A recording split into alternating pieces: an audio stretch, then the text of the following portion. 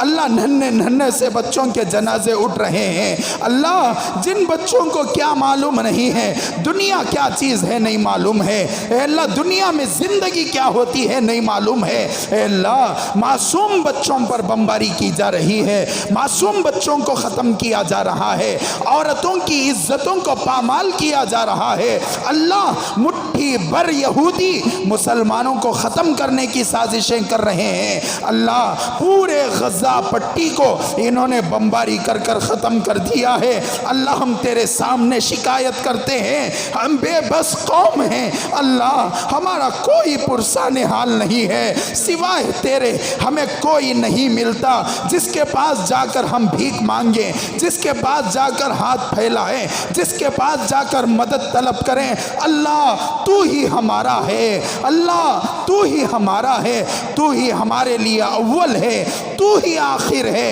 اللہ تو چاہے تو اے اللہ اصحاب بدر کی طرح اپنے فرشتوں کو اتار سکتا ہے، اللہ تو اپنے فرشتوں کو اتار دے، اللہ تیری مدد کو فلسطینیوں کے ساتھ شامل حال فرما، اللہ ان کی تب و دو کو، ان کے جہاد کو قبول فرما، اللہ ان کے ساتھ انصاف کا معاملہ فرما، اللہ مکار قوموں کو ختم فرما، جن قوموں نے اسلام کے خلاف مورچہ نکالا ہے، جن قوموں نے اسلام کے خلاف کھڑے ہو کر اسلام کی آنکھوں میں آنکھیں ڈال کر دیکھنے کی اللہ جرت کی ہے، اللہ ہم ان کو تیرے حوالے کرتے ہیں، اللہ ان کو تیرے حوالے کرتے ہیں، وہ مسلمانوں کے دشمن نہیں ہیں، وہ تیرے دشمن ہیں، اے اللہ مسلمانوں کے ساتھ دشمنی اس لیے ہے کہ ہم تیری عبادت کرتے ہیں، اللہ تیرے دشمنوں کو نیست و نابود فرما، ختم فرما، پاش پاش فرما، اللہ ان فلسطینیوں کی مدد فرما،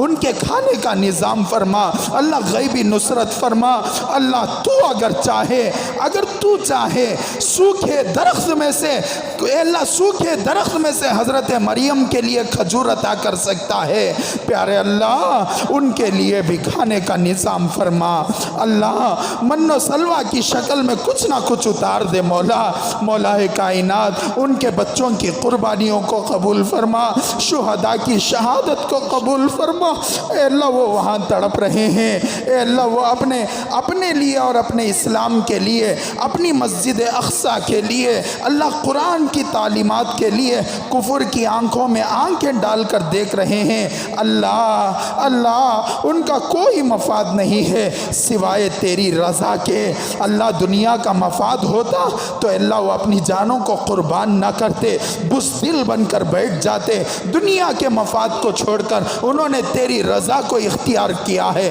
اللہ تیرے رسول کی رضا کو اختیار کیا ہے، اللہ تیرے جمال کا واسطہ، تیرے جلال کا واسطہ، اللہ حضور صلی اللہ علیہ وسلم کی رسالت کا واسطہ، پیارے اللہ صحابہ اکرام کی، اے اللہ صحابہ اکرام کی صحابیت کا واسطہ، حضرت عمر کی فتح حضرت عمر نے فرمائی، اے اللہ بیت المقدس کی اس کا واسطہ، اے اللہ ان کی مدد فرما، اللہ ان کی نصرت فرما، اللہ ان کے ساتھ تیری مدد کو شامل حال فرما، ہر قسم کی مصیبت سے ان کو بچا لے، اے اللہ فلسطین کو ایسا زمین سے غائب فرما کہ پھر قیامت تک وہ نظر نہ آئے، اللہ پھر قیامت تک وہ نظر نہ آئے، اے اللہ ایسا غائب فرما دے، اللہ جی ہم نے سنا ہے کہ کفر ہمیشہ بزدل ہوا کرتا ہے، اللہ ان بزدلوں کو، اے اللہ ان بزدلوں کو ختم فرما دے، اللہ ان کو ختم فرما دے،